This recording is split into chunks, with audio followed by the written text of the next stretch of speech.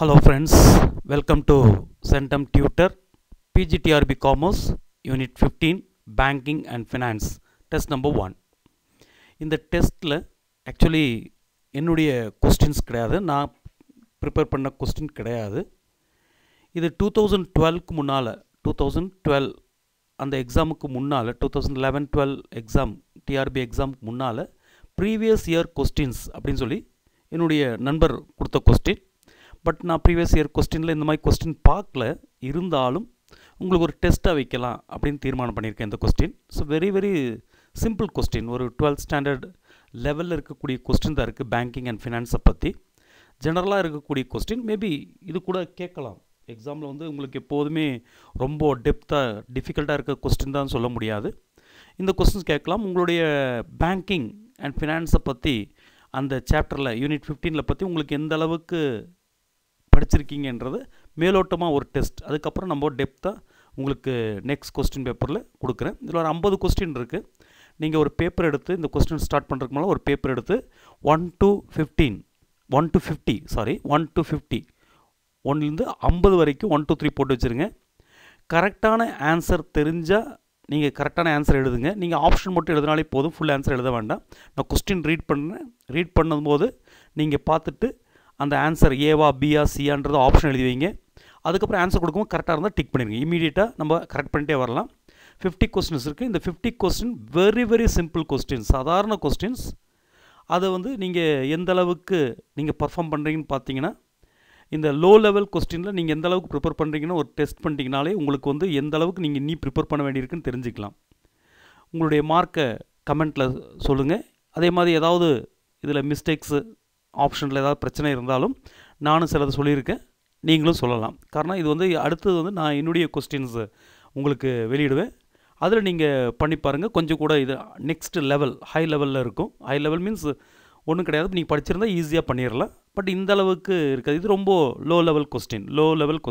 இந்த low level கொஸ்டினில் நீங்கள் எந்த அளவுக்கு பண்ணுறீங்கன்றது இந்த டெஸ்ட் மூலமாக நம்ம வெரிஃபை பண்ணிடலாம். So okay, we can start our examination. நீங்கள் 1 to 3 50 வரைக்கும் போட்டிருப்பீங்கன்னு நினைக்கிறேன். இப்போ ஆன்சர் பண்ணுங்க, இமீடியட்டாக கரெக்ட் பண்ணிட்டு வந்துடுங்க. Question number 1. Merchant banking concept was first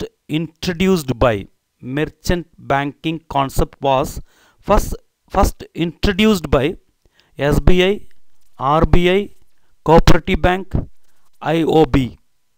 இந்த மெர்ச்சன்ட் பேங்கிங் கான்செப்டை ஃபஸ்ட் இன்ட்ரடியூஸ் பண்ணது யார் கேட்டிருக்காங்க. The answer is State bank of India, SBI. Question number 2. Money market deals with short term funds, long term funds, medium term funds and none. நம்ம money market, capital market பார்த்துருப்போம். ஏற்கனவே மணி மார்க்கெட்டை பற்றி நம்ம பார்த்தோம். இந்த மணி மார்க்கெட்டில் வந்து என்னத்தை டீல் பண்ணுறாங்க, அதுமாதிரி கேபிட்டல் மார்க்கெட்டுக்கு என்ன டீல் பண்ணுறாங்க, ரெண்டுக்குள்ள வித்தியாசம் தெரிஞ்சாலும் இதை சொல்லிடலாம். So money market deals with short term ஃபண்டா, லாங் டேர்ம் ஃபண்டா, மீடியம் டேர்ம் ஃபண்டா, நன்னா அப்படின்னு கேட்டிருக்காங்க. So the correct answer is short term funds. Money market வந்து ஷார்ட் டேர்ம், கேபிட்டல் மார்க்கெட் வந்து long term. That is a main difference between money market and capital market. Question number 3. The central banking institutions in India is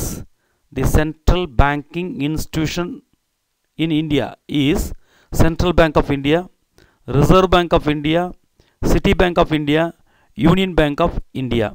Central banking institution in India எதுன்னு கேட்டிருக்காங்க. So the correct option is Reserve bank of India. இதில் வந்து சாதாரண அடிப்படை questions. Question number 4. The leader of the Indian money market is Government of India, Ministry of Finance, Indian Bank Association, Reserve Bank of India. The leader of the Indian money market is. The correct option is D, Reserve Bank of India. Question number 5. 1 rupee currency notes of India is issued by the Ministry of Finance, Government of India, the Reserve Bank of India, the State Bank of India, concerned state government 1 rupee currency notes of India is issued by the 1 rupee currency வந்து யார் வெளியிடுவாங்க கேட்டிருக்காங்க. the Ministry of Finance, Government of India-வா, Reserve Bank of India-வா, State Bank of India-வா, concerned state government-ஆன்னு கேட்டிருக்காங்க.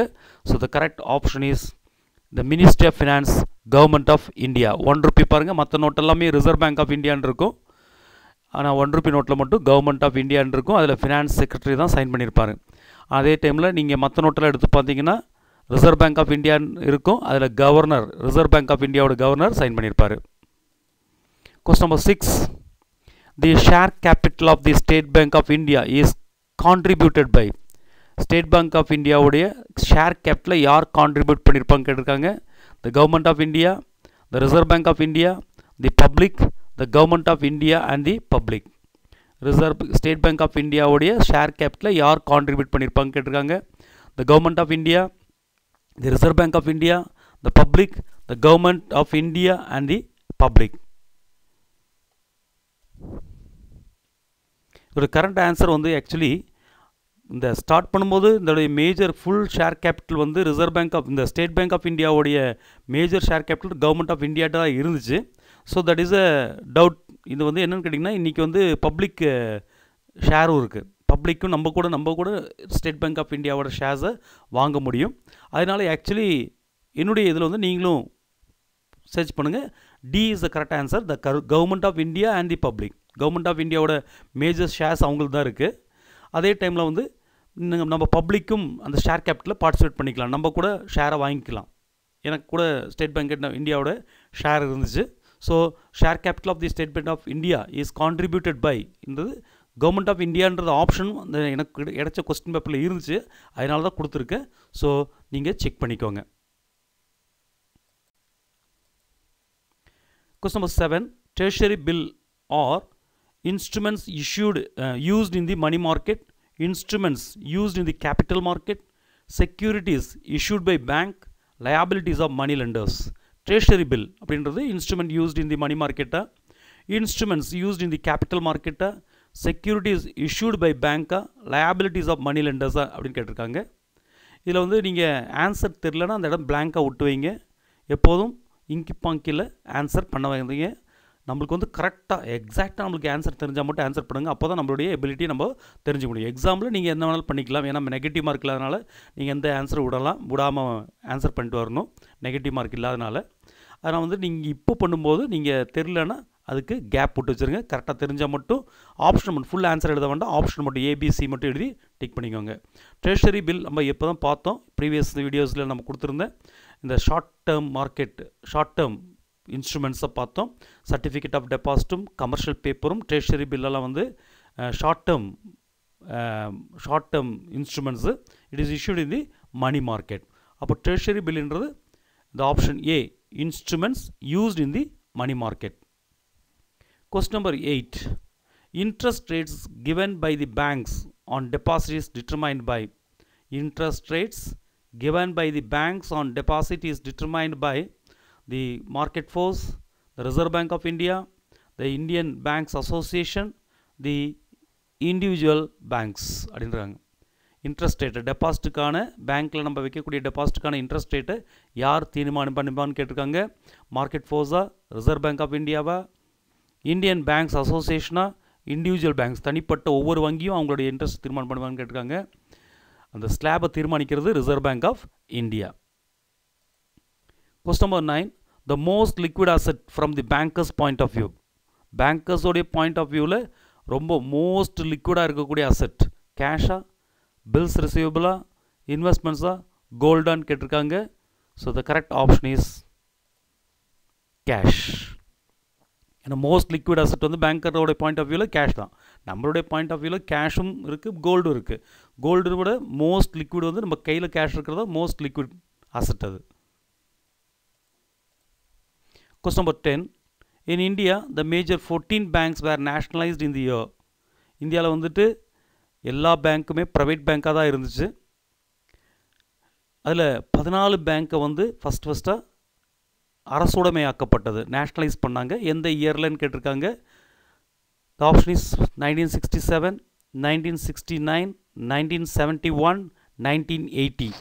இதில் 14 பேங்க்ஸை nationalise பண்ணது வந்து 1969. இந்திரா காந்தி வந்து இந்தியாவோட prime மினிஸ்டராக இருக்கும்போது இந்த 14 பேங்க்ஸை மேஜர் 14 பேங்க்ஸை வந்து ஃபஸ்ட்டு இந்தியாவோட அரசுடைமை ஆக்கிட்டாங்க. அதுக்கப்புறம் 1980 வந்து 6 பேங்க் கூட நேஷ்னலைஸ் ஆயிடுச்சு. இன்றைக்கி வந்து என்னன்னா நேஷ்னலைஸ் பேங்க்ஸ் வந்து நிறைய நம்பர் ஆஃப் நேஷ்னலைஸ் பேங்க்ஸ் வந்து நீங்கள் வந்து செக் பண்ணி அதை நோட் பண்ணி வச்சுக்கணும். நீங்கள் இல்லைனா அடுத்த வீடியோவில் நான் போடுவேன். அடுத்து வரக்கூடிய வீடியோவில் எந்த வீடியோன்னு சொல்ல முடியாது, அடுத்து வரக்கூடிய வீடியோவில் போடலாம். நீங்கள் என்னென்னா பார்த்து வைக்கணும். ஏன்னு கேட்டிங்கன்னா இன்றைக்கி நிறைய nationalise number of nationalise banks பார்க்கும்போது கம்மியாக இருக்கும். நிறைய பேங்கை மெர்ஜ் பண்ணிட்டாங்க. அதனால் நீங்கள் என்ன பண்ணணுன்னு கேட்டால் அதை கூட பார்த்து வைக்கணும். ஸோ ஃபஸ்ட்டாக இந்தியாவுடைய பேங்க்ஸ் 14 பேங்க்ஸ் மேஜர் பேங்க்ஸை நேஷ்னலைஸ் பண்ணது வந்து 1969. Question number 11. The loans provided by the Reserve Bank of India to the government are called. Reserve Bank loan provided by the Reserve Bank of India. கவர்மெண்ட்டுக்கு Reserve bank of India loan கொடுக்கும். அந்த லோனுக்கு என்ன பேருன்னு கேட்டிருக்காங்க. Call லோன்ஸா, government லோன்ஸா, ways and means அட்வான்ஸா, ட்ரெஷரி லோனா அப்படின்னு கேட்டிருக்காங்க. ஸோ இதில் Reserve bank of India government of இந்தியாவுக்கு கொடுக்கக்கூடிய லோனுக்கு பேர் வந்து ways and means advance. Question number 12. The State Bank of India was established by nationalizing the.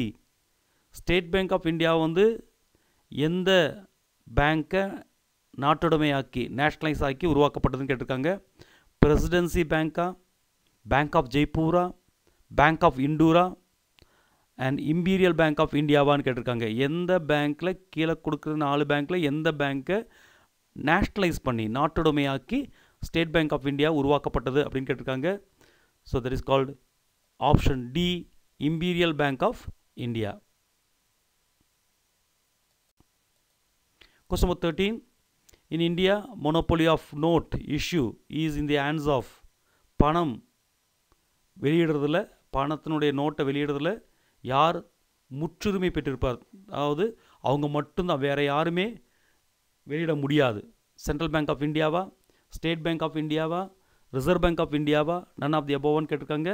So பணம் வெளியிடக்கூடிய அதிகாரம் யார் கையில் மட்டும்தான் இருக்குதுன்னு கேட்டிங்கன்னா option C, Reserve bank of India.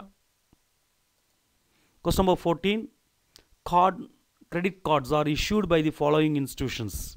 யார் வந்து கிரெடிட் கார்டை வெளியிடுறாங்க? கமர்ஷியல் பேங்க்ஸ் வெளியிடுமா, ரிசர்வ் பேங்க் ஆஃப் இந்தியா வெளியிடுமா, கவர்மெண்ட் ஆஃப் இந்தியா வெளியிடுமா, நன் ஆஃப் தி அபோவ்னு கேட்டிருக்காங்க. இந்த கிரெடிட் கார்ட்ஸை இஷ்யூ பண்ணுறது commercial banks. Question number 15. Credit control function is done by the following banks. இந்த கிரெடிட் கண்ட்ரோல், கடன் அளிப்பதை கட்டுப்படுத்தக்கூடிய பணியை செய்வது எந்த பேங்க் அப்படின்னு கேட்டிருக்காங்க. இண்டஸ்ட்ரியல் டெவலப்மெண்ட் பேங்க் ஆஃப் இந்தியாவா, ரிசர்வ் பேங்க் ஆஃப் இந்தியாவா, ஸ்டேட் பேங்க் ஆஃப் இந்தியாவா, நன் ஆஃப் தி அபோவான்னு கேட்டிருக்காங்க. கடனை கட்டுப்படுத்தக்கூடிய பணியை செய்வது கிரெடிட் கண்ட்ரோல் ஃபங்க்ஷன். வெளியில் எவ்வளோ கடன் கொடுக்கணும், பேங்க்ஸ் எவ்வளோ கடன் கொடுக்க முடியும், வெளியே எவ்வளோ கடன் கொடுக்காமல் இருக்கிறது, அதெல்லாம் வந்து கண்ட்ரோல் பண்ணுறது வந்து யாருன்னு கேட்டிருக்காங்க. So that is option B, Reserve bank of India. பணப்புழக்கத்தை, இன்ஃப்ளேஷனை கட்டுப்படுத்துறது, அந்த லெவலை கட்டுப்படுத்துறது வந்து ரிசர்வ் பேங்க் ஆஃப் இந்தியா தான். அது கிரெடிட் கண்ட்ரோல் ஃபங்க்ஷன். அது கொஸ்டின் நம்பர் 16.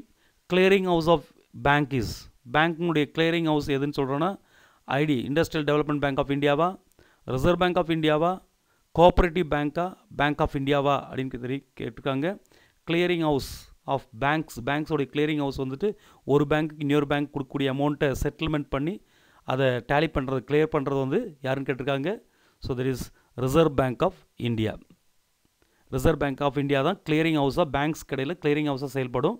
எங்கெல்லாம் கிளியரிங் ஹவுஸாக ரிசர்வ் பேங்க் ஆஃப் இந்தியாவோட பிரான்ச் இல்லையோ அந்த இடத்துலலாம் ஸ்டேட் பேங்க் ஆஃப் இந்தியா தான் கிளியரிங் ஹவுஸாக செயல்படும். State bank of India where Reserve bank of India is not situated. ஒரு இடத்துல ரிசர்வ் பேங்க் ஆஃப் இந்தியாவோட பிரான்ச் இல்லைன்னா அந்த இடத்துல இருக்கக்கூடிய ஸ்டேட் பேங்க் ஆஃப் இந்தியா தான் அந்த வேலையை செய்யும். ஆனால் பொதுவாக கிளியரிங் ஹவுஸ் ஆஃப் பேங்க்ன்றது reserve bank of India. Question number 17. Industrial bank are known as. Industrial பேங்க்கை நம்ம எப்படின்னா சொல்லுவோம், இன்வெஸ்ட்மெண்ட் பேங்க்ஸ்னு சொல்லுவோமா, நபார்ட் பேங்க்னு சொல்லுவோமா, சென்ட்ரல் பேங்க் அப்படி சொல்லுவோமா, சூப்பர் நேஷ்னல் பேங்க் அப்படி சொல்லுவோமா. இண்டஸ்ட்ரியல் பேங்க்கை நம்ம எப்படி சொல்லுவோம்? So the Option is A, investment banks.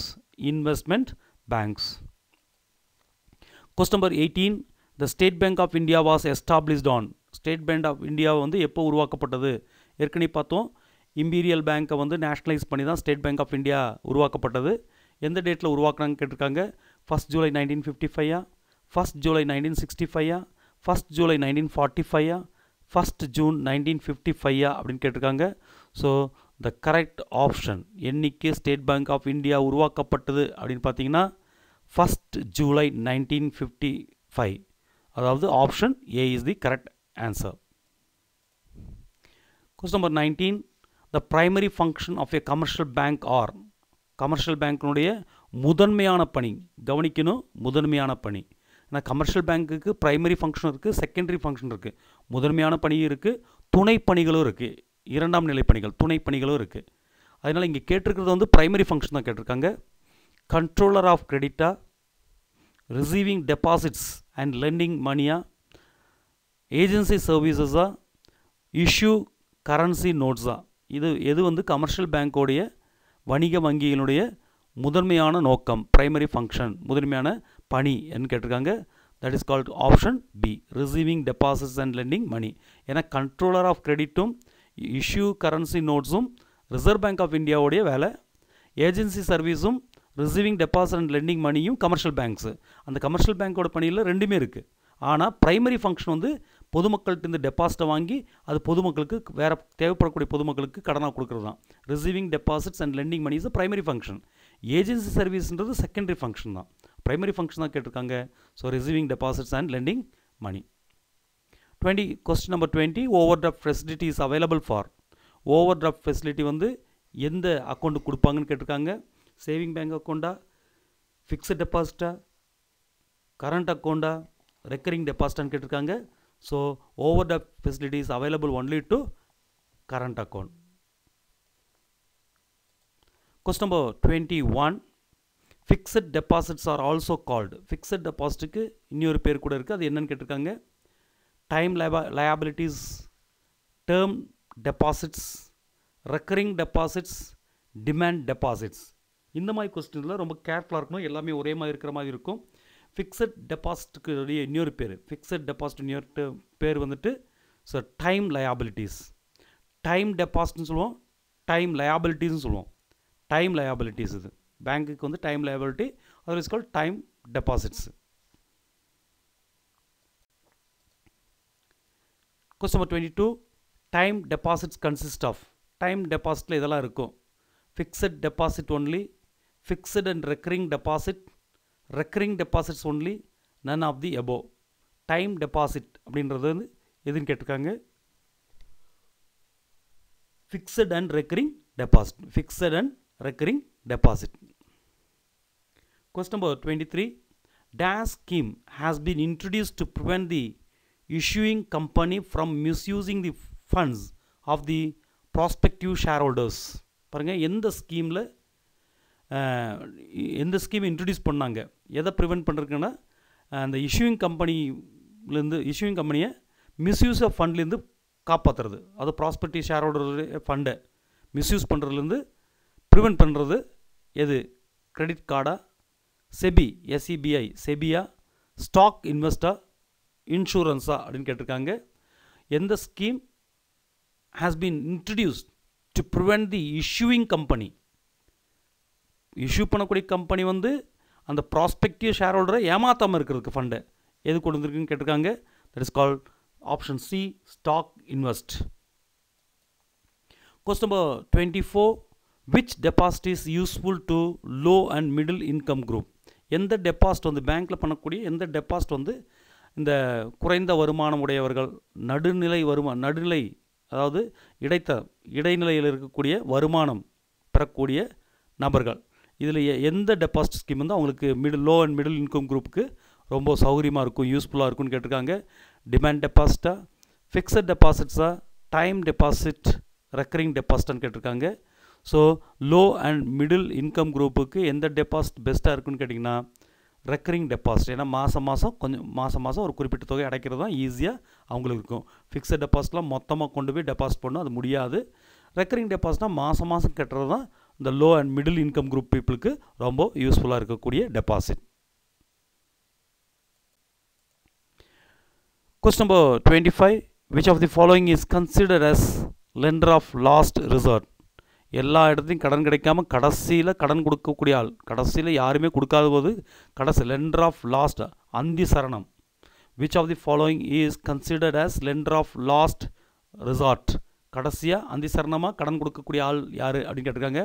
Money லெண்டர்ஸா, indigenous பேங்கர்ஸா, ஆர்பிஐயா, எஸ்பிஐன்னு கேட்டிருக்காங்க. ஸோ லெண்டர் ஆஃப் லாஸ்ட் ரிசார்ட்ன்றது reserve bank of India.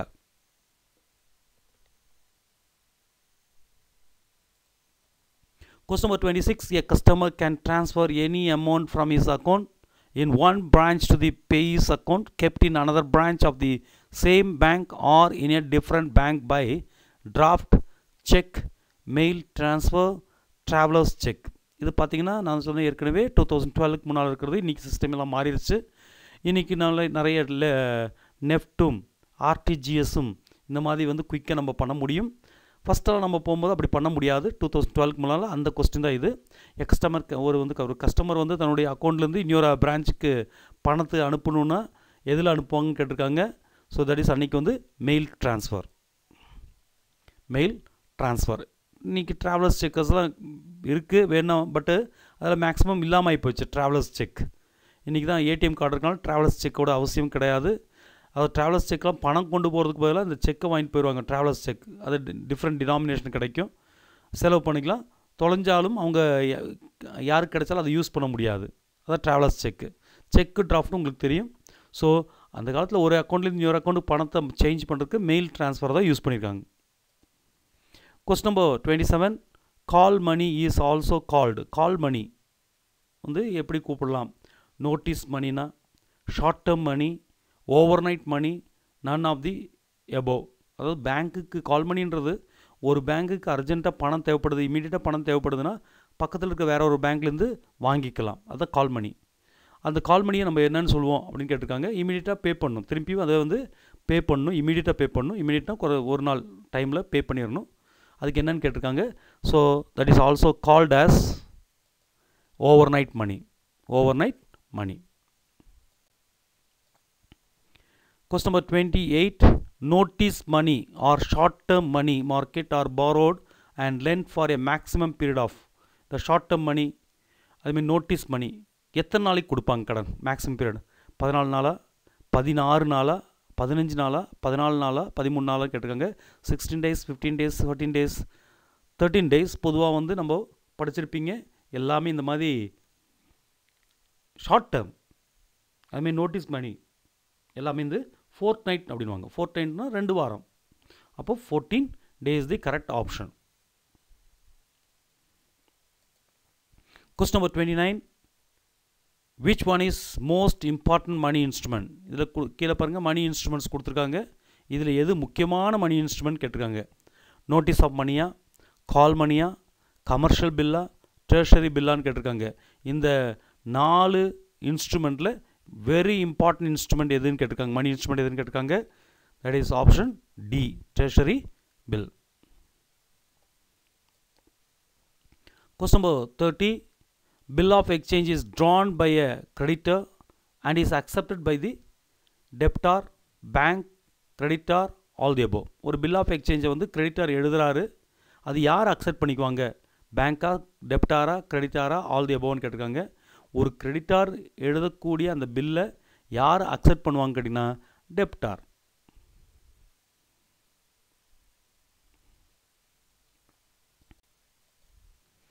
Question number 31.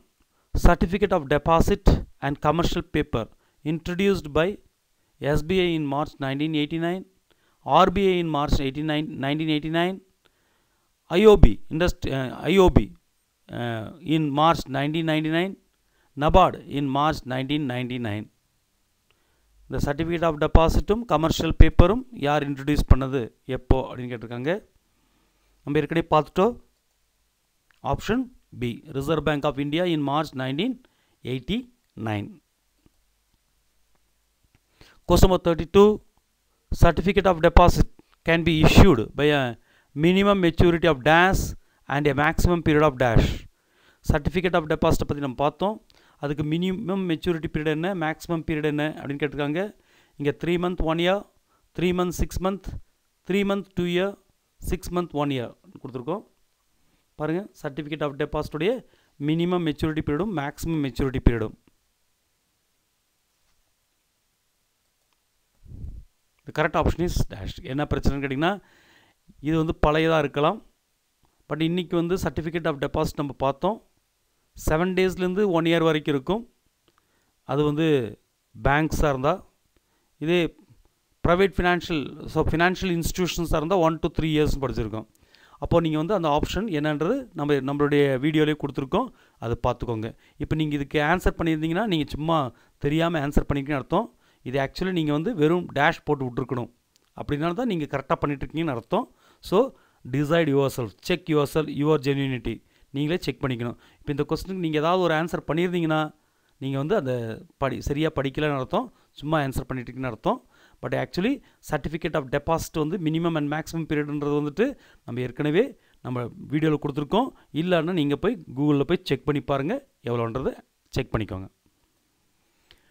Question number 33, which bank designated gold deposit scheme? இந்த கோல்டு டெபாசிட் ஸ்கீம் டெசிக்னேட் பண்ண bank எது அப்படின்னு கேட்டிருக்காங்க. அங்கீகரிக்கப்பட்ட பேங்க் எது அப்படின்னு கேட்டிருக்காங்க. ஆர்பிஐயா, எஸ்பிஐயா, ஐஓபியா? இந்தியன் ஓவர்சீஸ் பேங்க் தான் ஐஓபி. கேனரா பேங்க்கா அப்படின்னு கேட்டிருக்காங்க.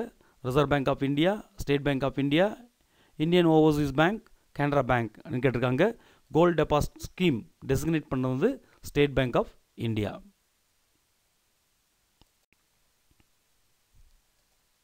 Question number 34, credit card is also called. Credit கார்டை என்னன்னு சொல்லலாம்? மெட்டல் மணி அப்படின்னு சொல்லலாமா, கோல்டு மணி அப்படின்னு சொல்லலாமா, பிளாஸ்டிக் மணி அப்படின்னு சொல்லலாமா, நன் ஆஃப் தி அபோவ் அப்படின்னு கேட்டிருக்காங்க. கிரெடிட் கார்டை எப்படி குறிப்பிடுவோம்? So the correct option is C, plastic money அப்படின்னு சொல்லலாம். Question number 35, the most important function of reserve bank of India.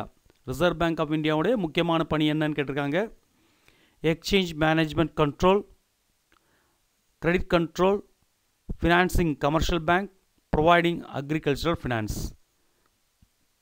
இதில் ஆர்பிஐயோடைய இம்பார்ட்டன்ட் ஃபங்க்ஷன் எது அப்படின்னு கேட்டிருக்காங்க. The correct option is credit control. கடனை கட்டுப்படுத்துறது தான் பேங்க்கோட இம்பார்ட்டன்ட், ரிசர்வ் பேங்க் ஆஃப் இந்தியாவுடைய மெயினான ஒர்க்கு. நம்ம ஏற்கனவே பார்த்தோம், பழைய வீடியோவில் பார்த்துருக்கோம், ஏற்கனவே இதுக்கு முன்னால் போட்ட வீடியோவில் பார்த்துருக்கோம். ரிசர்வ் பேங்க் ஆஃப் இந்தியா தான் கிரெடிட் கண்ட்ரோல் பண்ணும். ஓப்பன் ஆப்ரேஷன் மார்க்கெட்னு பார்த்தனால தான் இந்த open market operation treasury bill issue பண்ணி அது மூலமாக பொதுமக்கள்கிட்ட பணத்தை கலெக்ட் பண்ணி பொதுமக்கள்கிட்ட இருக்கக்கூடிய பணத்தினுடைய அளவை குறைச்சி பணவீக்கத்தை குறைச்சிரும். எப்போ பணம் அதிகமாக பொதுமக்கள்கிட்ட புழங்கணும் அப்படின்னு ரிசெஷன் பீரியடு, இந்த மாதிரி பீரியட், கோவிட் டைமில் ரிசெஷன் பீரியடு, மந்தமான நிலையில், அப்போ என்ன பண்ணால் தண்டு இருக்கக்கூடிய அந்த ட்ரெஷரி பேப்பரில் திரும்பி கொடுத்து பணத்தை கொடுத்துரும். திருப்பி வாங்கி அந்த ட்ரெஷரி பில்லை வாங்கி திருப்பி பணத்தை கொடுத்துரும். மக்கள்கிட்ட பணப்புழக்கம் அதிகமாகும். ஸோ கிரெடிட் கண்ட்ரோல் பண்ணுறது தான் இந்த ரிசர்வ் பேங்க் ஆஃப் இந்தியாவோட one of the important function.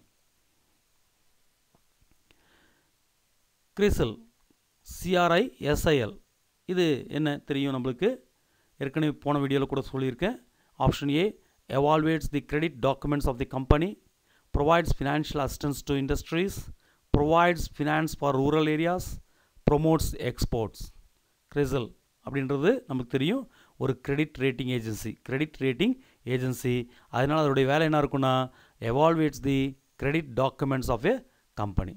So option A is the correct answer.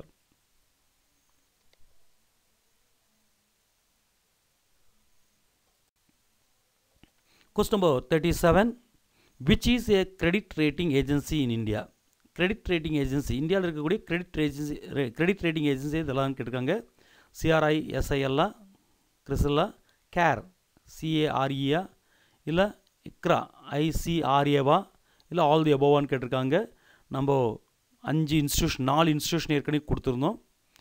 வேறு கொஸ்டினுக்காக கொடுத்தோம், அதாவது இதுக்கு முன்னால் இருக்கக்கூடிய ஒரு இதில் கொடுத்துருந்தோம் வீடியோவில். இதில் வந்து இது 3மே கிரெடிட் ஏஜென்சி தான், கிரெடிட் ரேட்டிங் ஏஜென்சி தான் in India. So all the above is the correct answer. Question number 38, the headquarters of RBI is in. Reserve bank of இந்தியாவோட ஹெட் குவார்ட்டர்ஸ், தலைமையகம் எங்கே இருக்குன்னு கேட்டிருக்காங்க. டெல்லியா, கான்பூரா, மும்பையா, நாசிகா அப்படின்னு கேட்டிருக்காங்க. ஸோ ரிசர்வ் பேங்க் ஆஃப் இந்தியாவுடைய ஹெட் குவார்ட்டர்ஸ் வந்து Mumbai. Question number 39, what is hawala? நம்ம எப்போதும் பேப்பரில் பார்த்துருப்போம், அவாலான்னு கேட்பட்டிருப்போம். அவாலா பணம் அப்படின்னு கேட்பட்டிருப்போம். அப்படின்னா என்னன்னு கேட்டிருக்காங்க. ஸோ ஆப்ஷன் ஏ வந்து ஃபுல் டீட்டெயில்ஸ் ஆஃப் ஏ சப்ஜெக்டா, இல்லீகல் டிரான்சாக்ஷன்ஸ் ஆஃப் ஃபாரின் எக்ஸ்சேஞ்சா, இல்லீகல் ட்ரேடிங் ஆஃப் ஷேர்ஸா, டேக்ஸ் எவிக்ஷனா அப்படின்னு கேட்டிருக்காங்க. இதில் பாருங்கள், அவாலா அப்படின்றது என்ன அப்படின்னு கேட்டிருக்காங்க. இது ஃபாரின் பணத்தை, வெளிநாட்டு பணத்தை இல்லீகலாக டிரான்சாக்ட் பண்ணுறது, சட்டத்துக்கு புறம்பாக பரிமாற்றம் பண்ணுறது தான் hawala. So illegal transactions of foreign exchange, இது called hawala. Question number 40, which is the largest commercial bank of the country?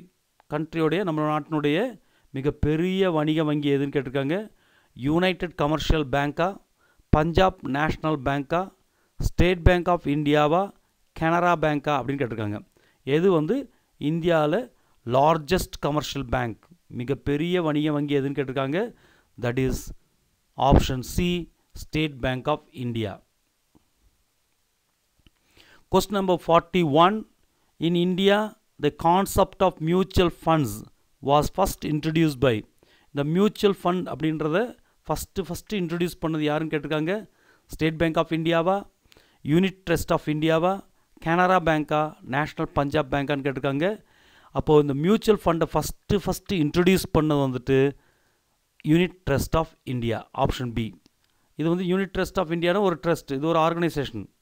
அதே டைம் பேங்க் எது ஃபஸ்ட்டு, யூனிட் ட்ரஸ்ட் இல்லாமல் எந்த பேங்க் ஃபஸ்ட்டு மியூச்சுவல் ஃபண்டை வெளியிட்டிருக்காங்க கேட்டிங்கன்னா SBI, state bank of India.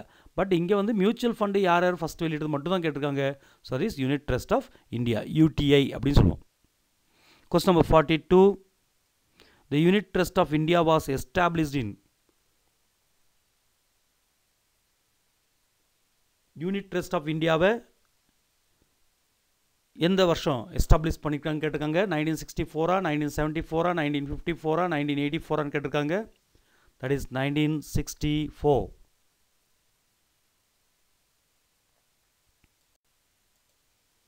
Question number 43, merchant banking service regulated by.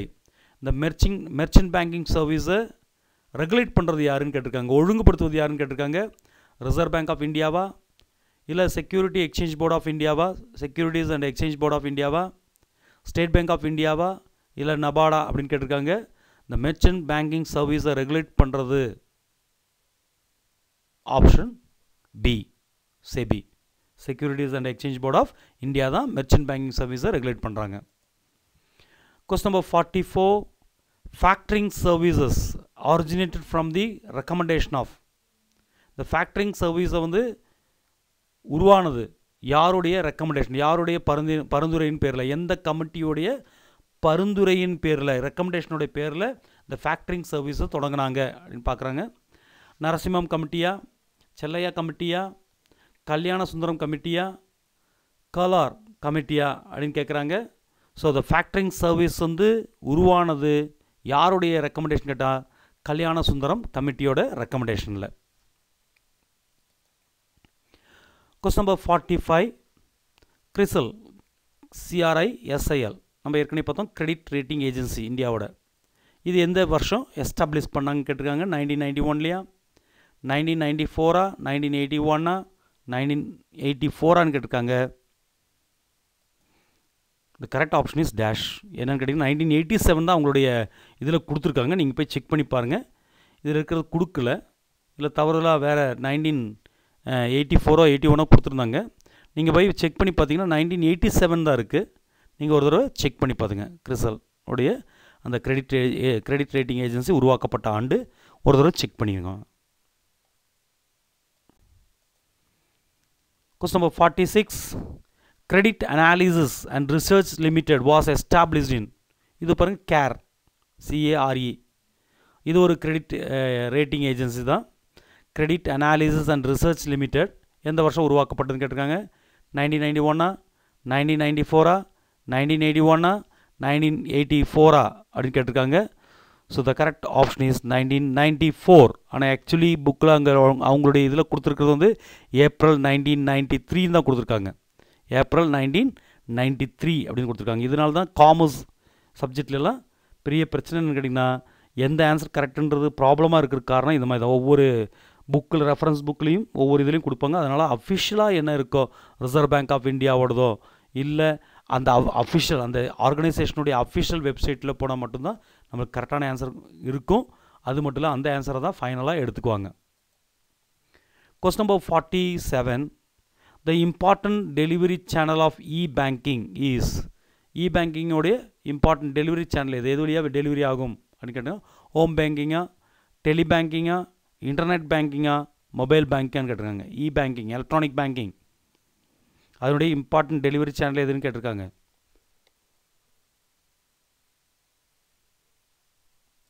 That is internet banking. Question number 48. The old name of State Bank of India was. State Bank of India உடைய பழமையான பெயர் என்ன அப்படின்னு கேட்டிருக்காங்க. Indian பேங்கா, central bank of இந்தியாவா, imperial bank of இந்தியாவா, none of these அவன் கேட்டிருக்காங்க. ஏற்கனவே இந்த கொஸ்டின் நம்ம ஆன்சர் பண்ணிட்டோம். ஸ்டேட் பேங்கோடைய ஓல்டு நேம் வந்து option C, imperial bank of India.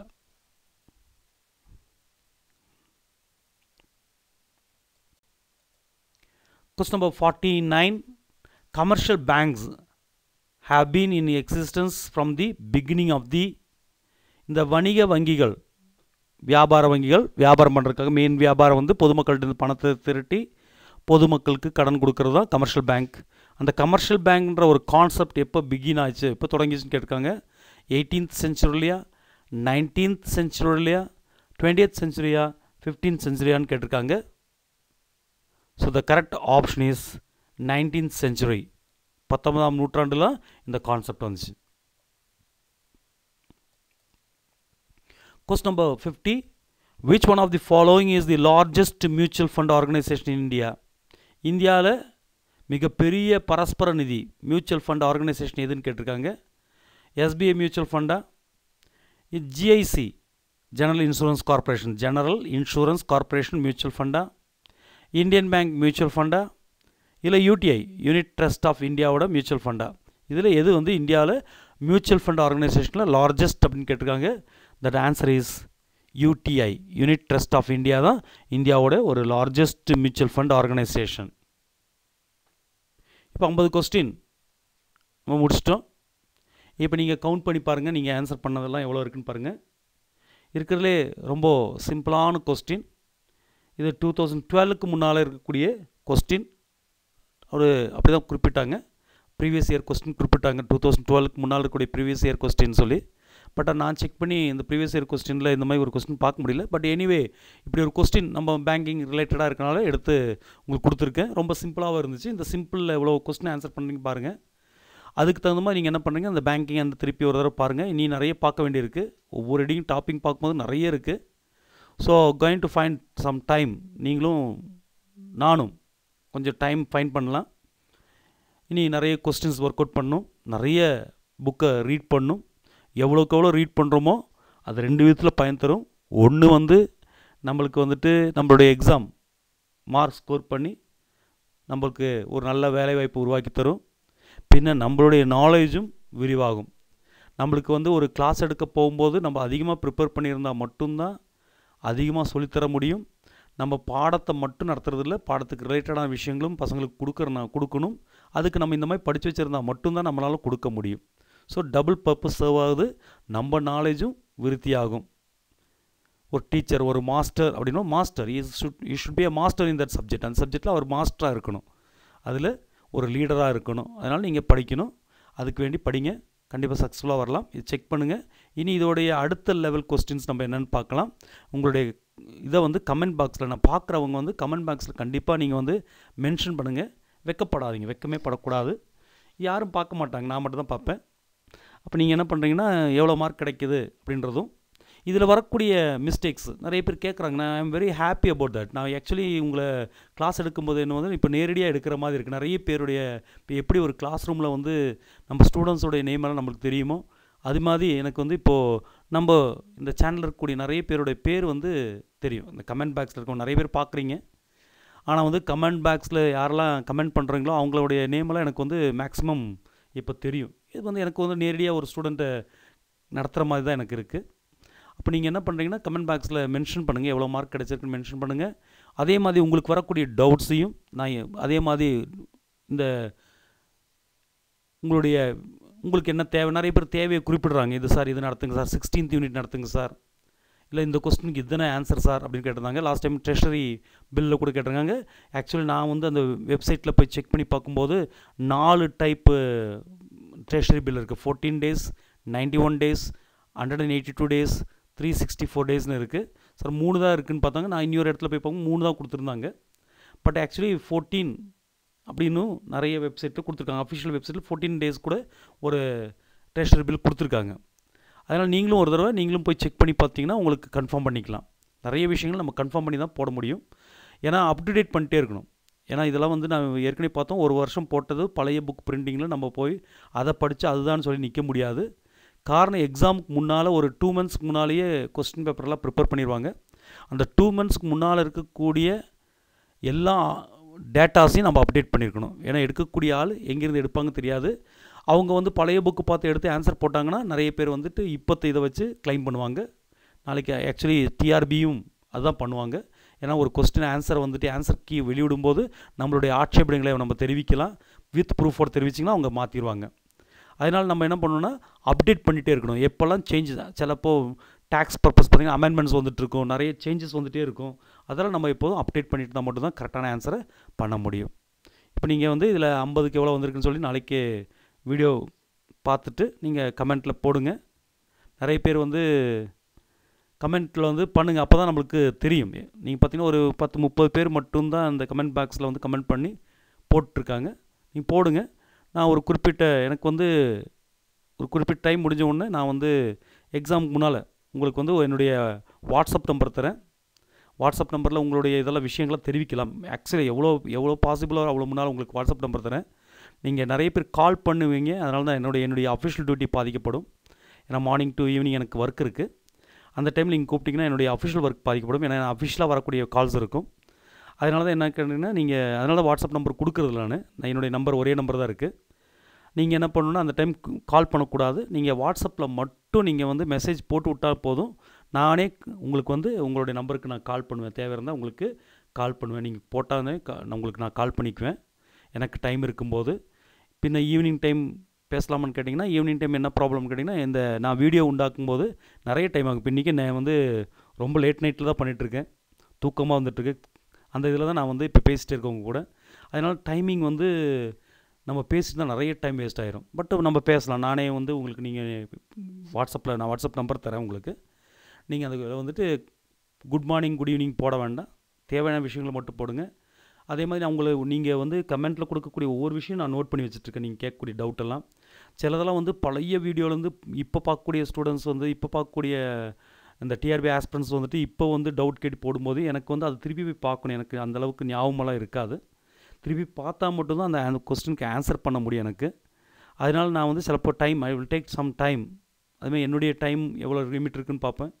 ரெண்டாவது அதை சர்ச் பண்ணி போடுறதுக்கான டைம் வேணும் எனக்கு. ஏன்னா அந்த பழையதை போய் எடுத்து பார்க்கணும். நீங்கள் எதுக்காக கொஸ்டின் கேட்டிருக்கீங்கன்னு கண்டுபிடிக்கணும். இப்போ உடனடியாக போட்டிங்கன்னா நான் உடனடியாக மேக்ஸிமம் ஆன்சர் பண்ணிடுறேன் நான். ஸோ உங்கள் கூடயே தான் நான் ஃபாலோ பண்ணிட்டுருக்கேன், உங்கள் கூடயே தான் வந்துட்டுருக்கேன். ஸோ நீங்களும் என் கூடயே தான் வந்துட்டுருக்கீங்க. நான் உங்கள் கூடயே வந்துருப்பேன். எக்ஸாம் வரைக்கும் உங்கள் கூடயே வருவேன். எக்ஸாமுக்கு அப்புறம் நீங்கள் பாஸ் பண்ணி உங்களுடைய ஜாப் இடத்துக்கு போயிடலாம். ஸோ தேங்க்யூ ஃபார் வாட்சிங் this video. Wish you all the best.